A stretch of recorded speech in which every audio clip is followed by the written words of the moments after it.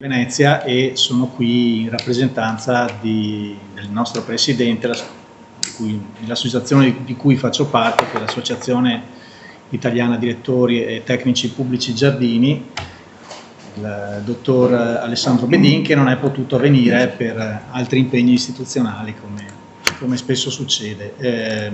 Siamo organizzati per sezioni regionali e io faccio parte del direttivo Veneto, quindi sono qui in rappresentanza dell'associazione. È un'associazione che ovviamente è diffusa in tutta Italia e racchiude al proprio interno è composta da tecnici di pubblica amministrazione, tecnici che possono essere agronomi, forestali, architetti, ingegneri, geometri, cioè il variegato mondo che lavora con il verde pubblico, quindi con la vegetazione in città. È un'associazione che lavora da anni, cerca di lavorare con la didattica, cercando di creare occasioni di incontro, convegni, cercando di diffondere buone pratiche e di stimolare il confronto tra tecnici. A questo proposito, per aggiungere qualcosa di quello a cui aveva detto Davide, segnalo che negli ultimi 2 anni l'associazione ha promosso e ha realizzato una pubblicazione che sono le linee guida per la gestione della foresta urbana pubblica. Delle linee guida che si basano anche su altre linee guida, sono andate parallelamente. Queste seconde linee guida sono state fatte dall'ANCI e sono le linee guida che riguardano la gestione del rischio vento per le aperture urbane. Quindi l'aspetto della gestione di situazioni anomale, di situazioni straordinarie, è entrato sempre più in quello che è la normalità o comunque la pianificazione e l'organizzazione degli uffici tecnici degli enti pubblici. Enti pubblici che per la loro composizione nel territorio italiano sono molto, spezzati in due. Ci sono la maggior parte dei comuni che sono comuni di piccole dimensioni, come diceva prima Davide, quindi hanno un ufficio tecnico che spesso si deve occupare di tantissime tematiche, anche molto diverse, e quindi una preparazione specifica spesso non c'è per chi deve gestire il verde urbano. E quindi o si affida a consulenti esterni oppure cerca di arrangiarsi in qualche modo. I comuni medio-grandi hanno degli uffici più o meno strutturati, con competenze specifiche e con un'organizzazione che può variare a seconda delle situazioni. Chiaramente siamo tutti però in grossi problemi di scarsità di personale e di mezzi e anche di risorse economiche. E questo per fare una presentazione dell'associazione di cui faccio parte, cercando di un po' tirare le fila di questa giornata e degli apporti e degli stimoli che sono venuti. Mi viene da dire alcune cose che di base però, insomma, no? Quanto Davide ci ha illustrato riguarda la complessità del lavorare con organismi viventi quali sono gli alberi, organismi viventi che sono complessi, di cui ancora non conosciamo a fondo la fisiologia e che abbiamo messo a dimora, abbiamo collocato in un ambiente che è un ambiente ostile, non è l'ambiente naturale, è un ambiente dove le condizioni microstazionali spesso sono inospitali, dove l'uomo stesso con la propria attività consapevolmente o inconsapevolmente crea danni. Questi danni accelerano le problematiche fisiologiche di decadimento che l'albero naturalmente ha e questi danni creano, per quello che riguarda chi deve gestire gli alberi in città, tutta una serie di problemi che sono legati alla sicurezza, perché l'elemento guida di chi gestisce gli alberi in città fino adesso è legato principalmente, giustamente, al rapporto tra presenza dell'albero, presenza dell'uomo e presenza di cose. Quindi noi dovremmo cercare di dare un ragionevole livello di sicurezza e di coesione e di coesistenza tra albero e uomo.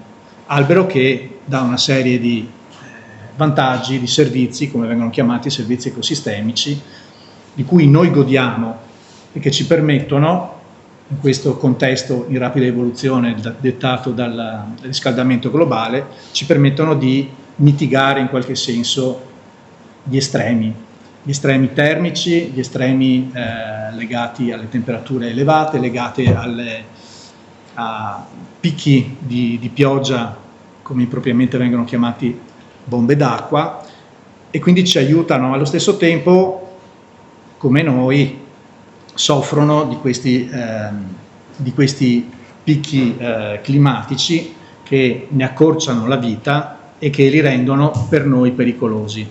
Quindi la nostra difficoltà come tecnici che lavorano nell'ambito dell'arboricoltura urbana è quella di riuscire a far coesistere un livello accettabile di rischio con la presenza e i vantaggi che sono dati da questi esseri viventi.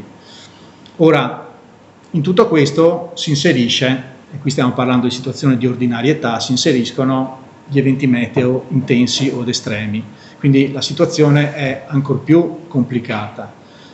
E quindi come possiamo gestire queste situazioni e soprattutto come reagisce l'albero? L'albero, sappiamo bene, si è evoluto nel corso dei millenni con le condizioni climatiche che più lo mettono a repentaglio, cioè soprattutto con il vento, cercando di adattarsi alle condizioni proprie della propria esistenza, cioè il fatto di essere un essere vivente che non si può spostare, e fondamentalmente la sua capacità di resistenza è legata alla possibilità di disperdere l'energia a cui è sottoposto tramite l'oscillazione oppure la perdita di foglie, di rami o addirittura di branche, e dopo il passaggio di questi eventi estremi, di queste tempeste, di questi forti venti, quello di cercare di ricostruirsi o di convivere con questi danni. Ora, la nostra pretesa, o quello che ci viene chiesto a noi tecnici, è quello di riuscire a gestire e a mettere in sicurezza questa frase che è assolutamente inattuabile in un contesto urbano, ancor più, o comunque relativa alla gestione di un essere vivente. Ci viene chiesto di gestirli per non avere problemi, perché questo sostanzialmente è quello che ci viene chiesto. Quindi le condizioni di straordinarietà sono complicate, molto complicate da gestire, perché la nostra disciplina, la nostra scienza è una scienza giovane. Alla fin fine, come diceva Davide, le città e gli alberi in città sono da pochi anni, sono da 100 anni, 150 anni, quindi siamo giovani. Le conoscenze fisiologiche e le conoscenze di come l'albero reagisce in un ambiente ostile come l'ambiente urbano sono ancora limitate, anche perché non abbiamo evidenze scientifiche. Il mondo dell'università è ancora l'attività. Sì, diciamo che non ha investito molto in questo ambito, e quindi questo ci mette in grossa difficoltà. Quindi cosa fare, come agire, insomma, no? La cosa che viene dallo spunto anche proprio delle due pubblicazioni di cui vi dicevo prima è gestire il rischio, cioè riuscire a capire tramite le informazioni meteorologiche, tramite i dati predittivi, come poterci comportare in situazioni di meteo intenso, cercando di ridurre le possibilità che le persone si possano fare male, perché non possiamo impedire all'albero di cadere, anche se lo potiamo tantissimo, non risolviamo il problema, non si risolve il problema, anzi peggioriamo la situazione, perché diamo dei danni che alla pianta possono essere molto gravi. Quindi ad esempio, porto un esempio, quello del Comune di Venezia. Noi stiamo cercando di sperimentare un sistema di azione legato agli allerta meteo regionali che provengono dalla Protezione Civile e da ARPAV, che quando arrivano le informazioni legate a un certo livello di allerta meteo, noi cerchiamo di fare delle azioni che riducano il rischio, cioè chiudiamo i parchi che sono chiudibili attraverso cancelli. Questo vuol dire ridurre il rischio, non vuol dire azzerare il rischio. Il nostro obiettivo è quello di avere un rischio che sia accettabile, ma questo passa anche attraverso azioni a diverso livello, sia a livello informativo, e quindi dobbiamo informare i cittadini che devono avere dei comportamenti coerenti con quello che è la situazione che si vive in quel momento, e azioni gestionali, quelle che facciamo noi. Altre azioni gestionali che possiamo adottare, oltre alla gestione del rischio, sono legate a quelli che sono gli estremi, le problematiche legate al riscaldamento globale, quindi il problema dell'isola di calore, il problema delle bombe d'acqua. Una tendenza degli ultimi anni è quella della depavimentazione, quindi ridurre le superfici impermeabili, ridurre le superfici assorbenti di temperatura per usare gli alberi come condizionatori per la loro grande capacità di evapotranspirazione, per la loro capacità di creare ombra, per riuscire a far sì che chi viva in città possa avere meno problematiche legate alle ondate di calore. Allo stesso modo, per quanto riguarda i picchi di pioggia, tutto un filone sta lavorando negli ultimi anni legato sono tutti dei termini un po'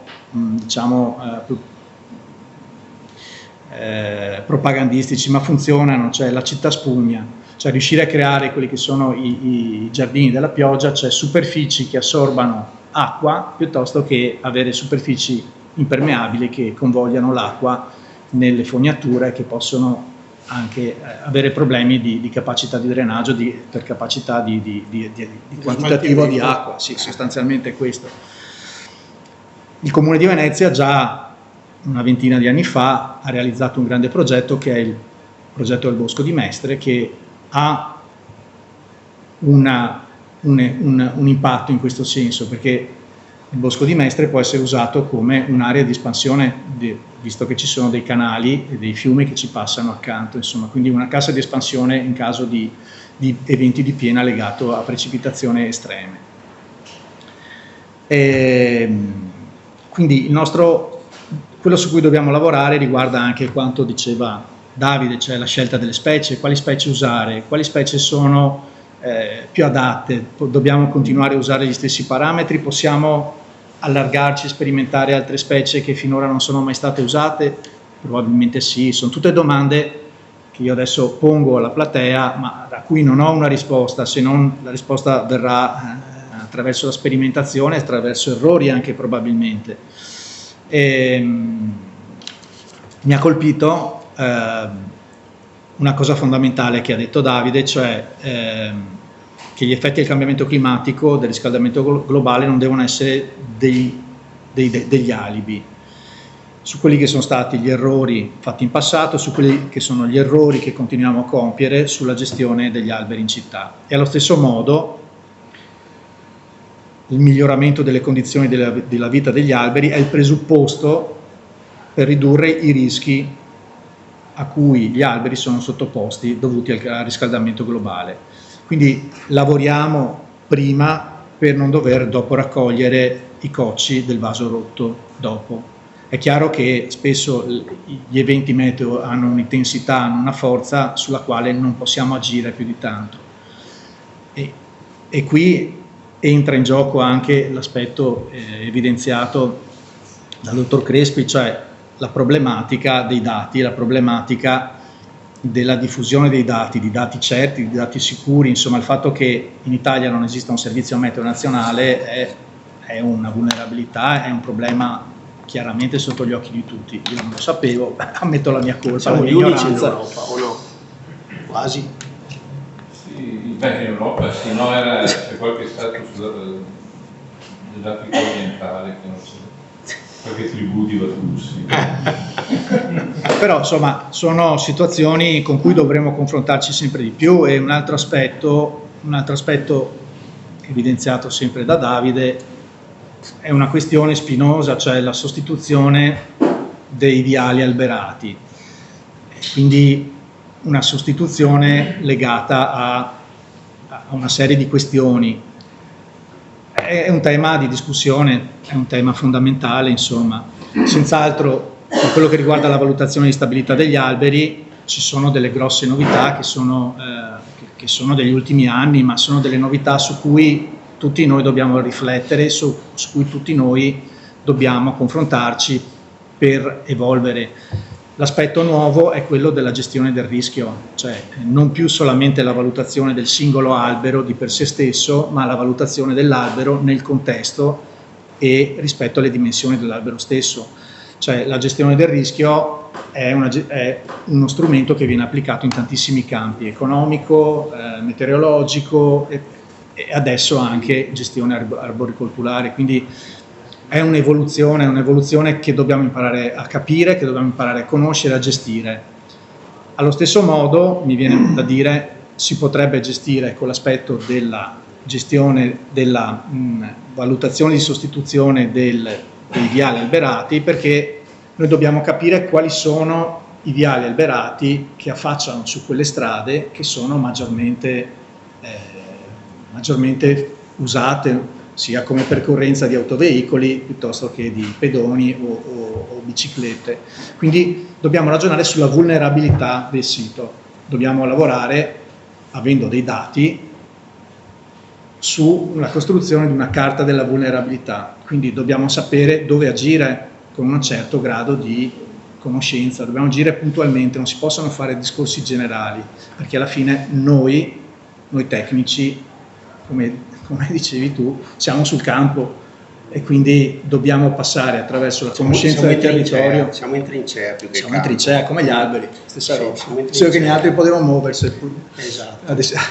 Quindi la conoscenza del territorio e le capacità tecniche si devono sposare con l'aspetto della scienza, dei dati e dell'elaborazione dei dati attraverso l'intelligenza artificiale. Altrimenti non andiamo da nessuna parte, però in questo momento a mio parere, siamo in un periodo di grossa evoluzione e dobbiamo saper cogliere questa evoluzione lavorando con chi magari i dati ce li può dare, li può elaborare. Questo mi viene da dire, insomma, sicuramente gli spunti che mi vengono da questa giornata sono questi, sono dinamiche che sono molto rapide e sono dinamiche che rischiano di arrivarci tra capo e collo.